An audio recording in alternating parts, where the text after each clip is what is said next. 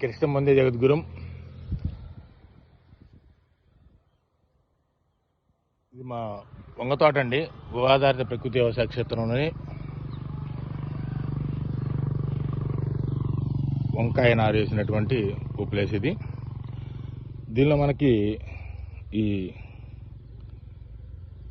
నల్లి,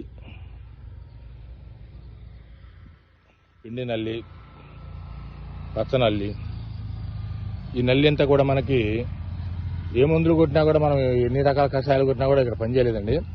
అయితే చివరిగా మనకి వేప గింజలతో తీసినటువంటి ఒక ద్రవాన్ని స్ప్రే చేయడం జరిగింది. దానివల్ల ఈ చూడండి, ఈ విధంగా వాటికి రోగం వచ్చేసి ఆటోమేటిక్గా ఈ చలనం కోల్పోయి చచ్చిపోతున్నాయి. కనుక ఏ పంటలకైనా ప్రకృతి వ్యవసాయం చేసే వాళ్ళకి వేప గింజలతో తయారు చేసినటువంటి ద్రవాన్ని స్ప్రే చేసుకుంటే చాలా బాగా ఫలితాలు ఉన్నాయి. ఇక దీనివల్ల వచ్చేటువంటి ఇబ్బంది ఏంటంటే ఆకంతా కూడా ఈ విధంగా అయిపోద్ది.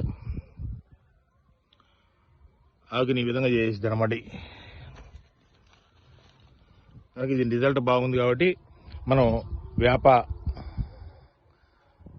గింజలతో తీసినటువంటి ద్రవాన్ని స్ప్రే చేసుకుంటే బాగుంటుంది.